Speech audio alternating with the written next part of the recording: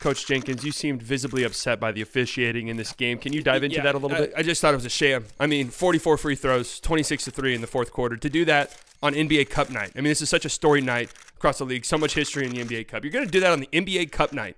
Free throw discrepancy like that. During the NBA Cup. So much great history in these Cup games.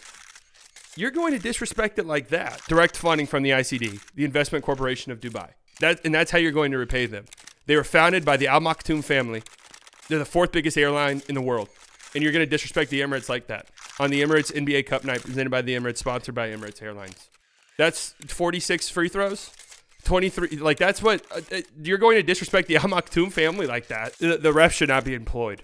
They shouldn't. And I'm not saying that they should just be fired by the NBA, because they should. But they should be unemployed, period. They have clearly shown that they are not fit to hold any type of job after what they've done to the NBA Cup. NBA CUP.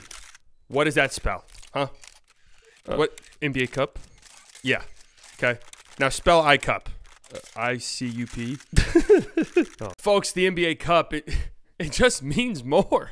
It just means more, ladies and gentlemen. We are officially on to the elimination stages of the NBA Cup. The Dallas Mavericks have qualified as the Western Conference wildcard after a 121-116 win over the Memphis Grizzlies last night. In case you're wondering how the standings work here, there are 3 different groups per conference. The winners of each group obviously advance, and then there's one wildcard team per conference. This year, that is the Dallas Mavericks, who finished 3-1 in pool play with a plus 46-point differential. That's how they are able to move on by point differential. It looked like the Dallas Mavericks' miraculous cup run was going to come to an end early on in this game, but a lot of things happened down the stretch. This game was drunk. I want to talk about it. I want to go over it. Some of the things from the Mavs that were very encouraging, some of the things from the Grizzlies that weren't so encouraging that they might need to look at moving forward. I made a promise to myself and to you guys that we weren't going to do so many Mavs-centric videos this season. I think so far we've done a pretty good job of diversifying who we talk about on this channel, but this Mavs team is just a content machine, man.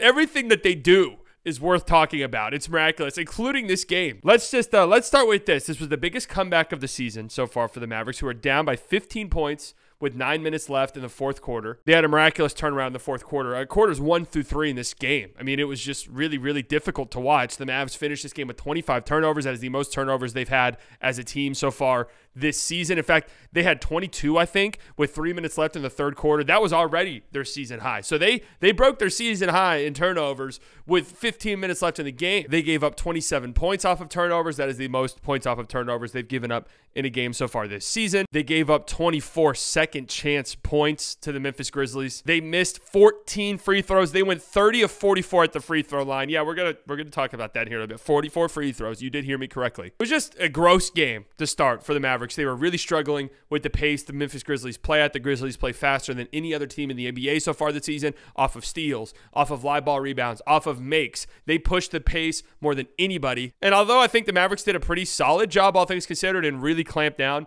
in the fourth quarter, you could tell it was bothering them a little bit early on. Not getting back quick enough, not getting set defensively, not communicating defensively, gave up a lot of backdoor cuts and easy finishes at the rim for the Grizzlies throughout the first 3 quarters of the game. And, it wasn't all terrible early on for the Mavericks. Luka Doncic had another incredible game in this one, 37 points, 12 rebounds, 4 assists. Now, 2 games since returning from that wrist sprain, he had 36, 7, and 13 against the Trailblazers, 37, 12, and 4 against the Grizzlies, who are one of the better defensive teams in the NBA. So it looks like Luka is Luka, the MVP Luka, Prava MVP, is back. But I don't think the Mavericks walk out of here with a win if it were not for the incompetence of the Memphis Grizzlies and the, dare I say, not so smart play by Marcus Smart.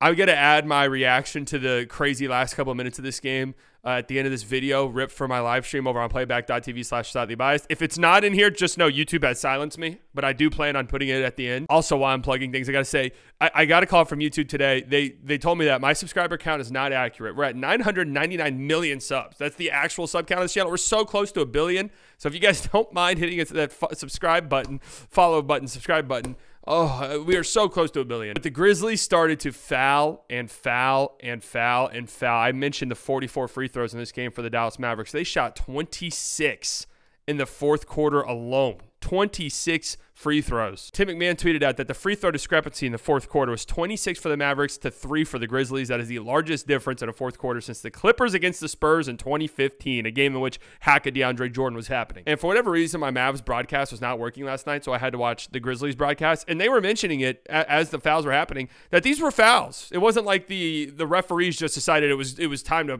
push the Mavericks forward in the NBA Cup, in the Emirates NBA Cup. The Grizzlies just started hacking, and they left the door open for the Dallas Mavericks. For a little bit there, it felt like the Mavericks weren't going to take advantage of it. They had 4 or 5 empty possessions in a row once their defense finally dug deep and got some stops. It wasn't until Marcus Smart really blew the door open for this Mavs team that they were able to crawl the way back into it and inevitably win this game. I really think if Marcus Smart did not play a single minute in this game last night, the Mavericks lose, because his horrible play ended up losing the game for the Grizzlies, straight up. Mavs down by 9 at this point. Any basket really hurts their comeback attempt. Shots like these, a pull-up 3 from Marcus Smart, who did not have it going in this game at all. I get it if this shot's a heat check, but he did not have it in this game at all. We're, 7 seconds into the shot clock. A Marcus Smart pull-up 3 that's semi-contested by Luka Doncic is not really the shot you want in that moment, and this is when the comeback started. How about P.J. Washington in this one? 18 points, 8 rebounds, 7 assists, just continues to be miraculous for this Mavs team, and this is part of what he does. This is a wrinkle the Mavericks have desperately needed. Down 9, 5:30 left. Luka with a skip pass to the corner. P.J. Washington going to drive to the rim, then attacking these closeouts. It's so important. The Mavericks have not had many guys in the Luka era who are capable of even doing something like this. Getting to the rim, finishing, and one. Huge moment in this game. I mentioned this game was drunk earlier. The Mavericks it felt like we're squandering opportunities to get back into the game. But what really happened is the Grizzlies really squandered opportunities to put this game away. P.J. Washington's trying to post up Ja Morant right here. It's a really good job by Ja Morant, who I thought had some really nice defensive moments in this game. Strips it from P.J., but then on the other end, Jalen Wells just leads Ja Morant a little too far, and it's a turnover. I mean, that's a big moment. 6-point game, 4:44 left.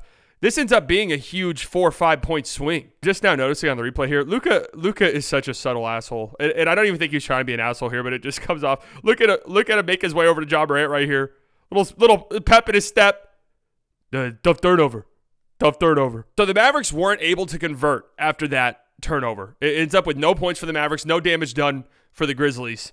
And what happens this next possession? Yeah. You rarely ever see it called, but you see it called here at a big moment, 6-point game with 4 minutes left. Ja Morant, palming violation. Luka gets fouled, goes 1 of 2 at the free throw line after the jaw palming violation. So it's not the end of the world for the Grizzlies. They still find themselves up by 5 points, 3:30 left. Ja Morant catch and shoot 3 over Luka.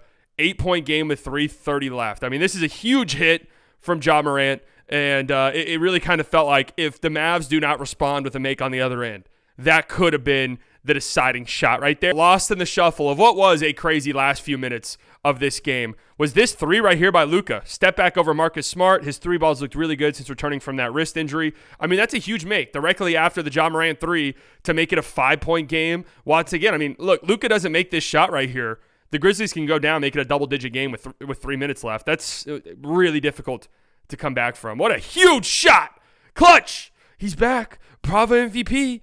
We're starting it up. So one of the things that happened late in this game, and this had a lot to do with all of the whistles being called, it really played in the Mavericks' favor because the Grizzlies had to slow this game down tremendously. It really played into the Mavs' hands because we talked about earlier the Grizzlies' fastest-paced team in the league, the best transition offense in the league so far this season. However, they have struggled in the half court. They are 18th currently in the NBA in half court in their offensive rating in the half court. Last night, they had an 86 offensive rating in the half court, which is in the 21st percentile across the league this year. So they really struggled once this game slowed down, and the Mavericks did a really good job defensively, especially on Ja Morant, who had a great second half in this game. But it's shots like these. Great job by P.J. Washington. That's a tough pull-up right there, and if Ja Morant hits that, you just have to tip your cap. But you got to give credit to P.J. Washington, who had to stick Ja Morant in this game. Not the easiest assignment for him, but does a good job, getting under that screen. You live with a Ja Morant pull-up 3 right there if he's going to attack that, PJ going under right there.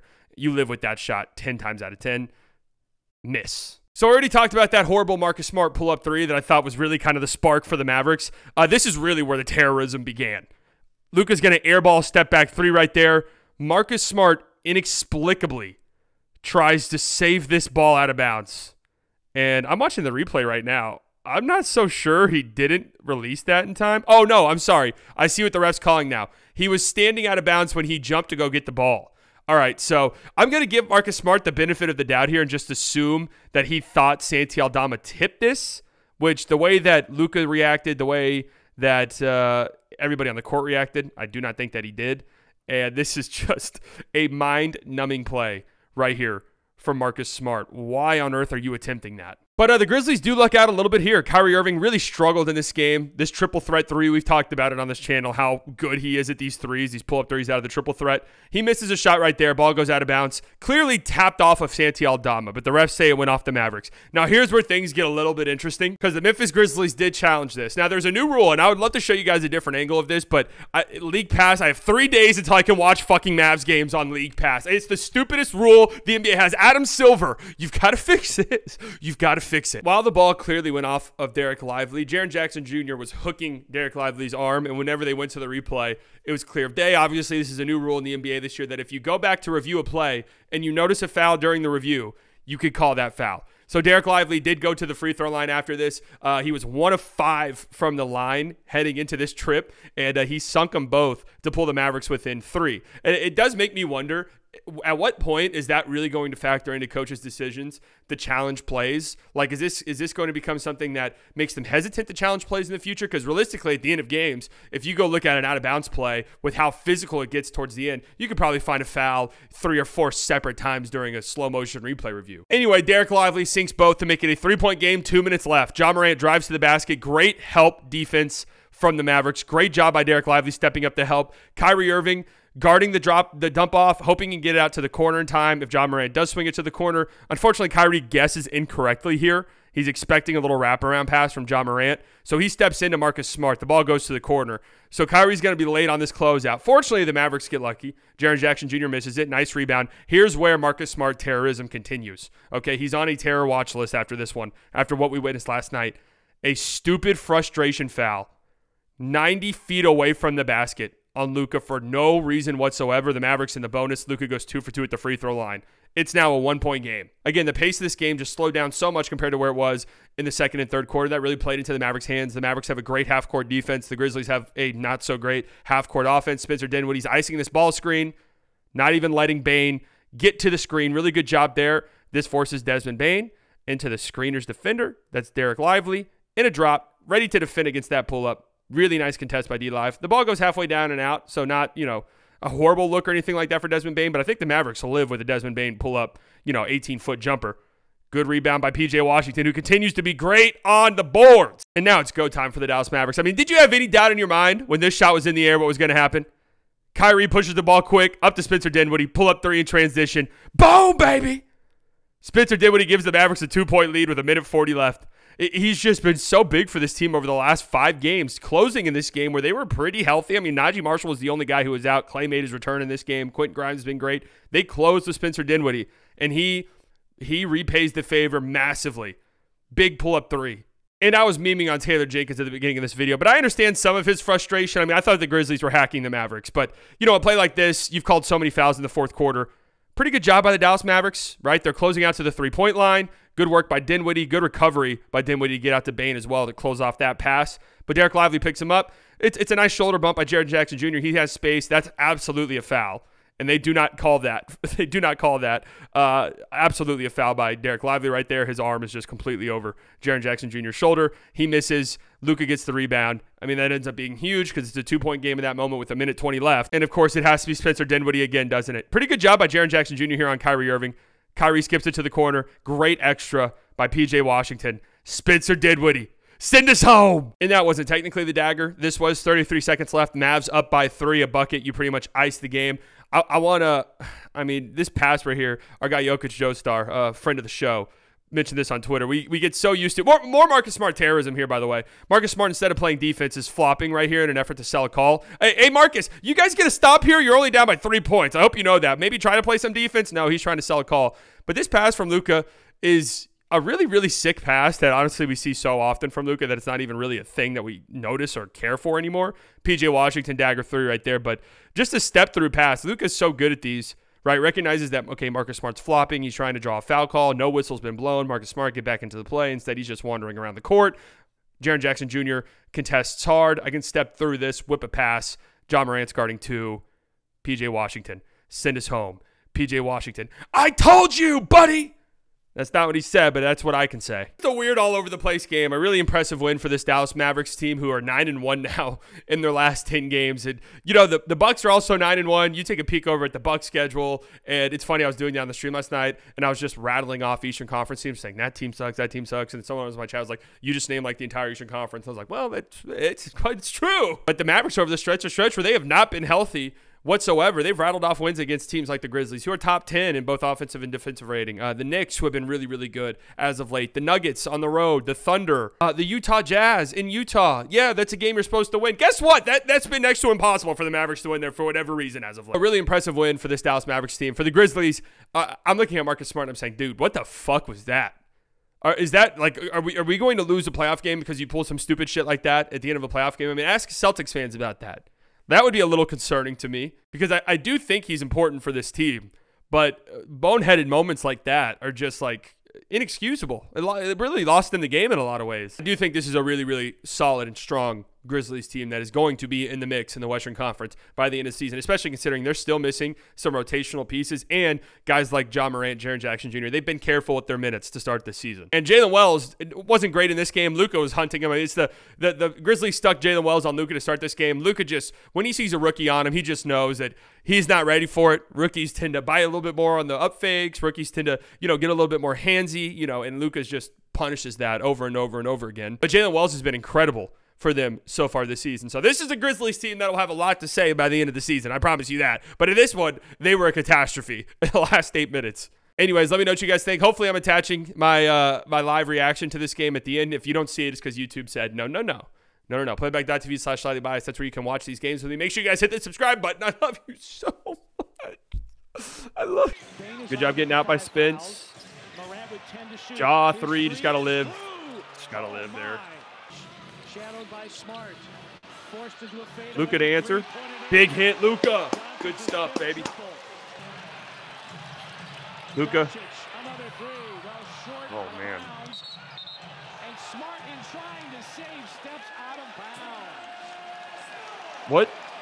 What was Marcus Smart doing right there? Did he think that got tipped? Why did Marcus Smart just try to save that basketball? Oh, hey, call that a foul. Call that a foul. You have to call that a foul. That you implemented that rule. You have to call that. That is so funny. This might end up working out for the Grizzlies. We'll see what Derek Lively does at the free throw line. But that is so funny. Like, that is a wrinkle added to this whole challenge thing, where it's like, do I want to challenge a play where I'm probably going to end up getting a foul called on me? Taylor Jenkins is like, I can't believe you fucking told me to challenge that. But again, this might not be a terrible thing. Derek Lively's been awful at the free throw line. Derek Nowitzki makes both. Good time for that. It's a one-possession game.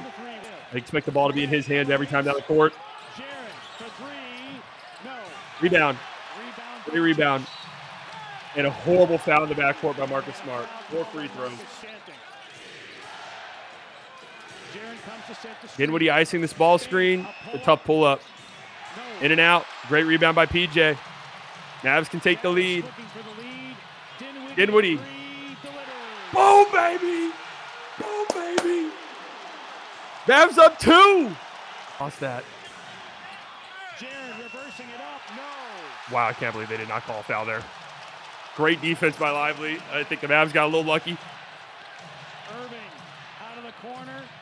Ball swinging. Spence. Spencer fucking Dinwiddie! Bucket here could essentially be a dagger now. Luka. PJ wide open 3.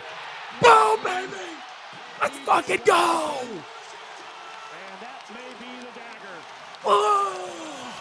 Oh my lord, man. Opponents to be determined. Luka O'Neal misses 2 free throws at the end. That's a perfect. That one perfectly. That's a perfect way to cap off this game. What a win by this Dallas Mavericks basketball team, man.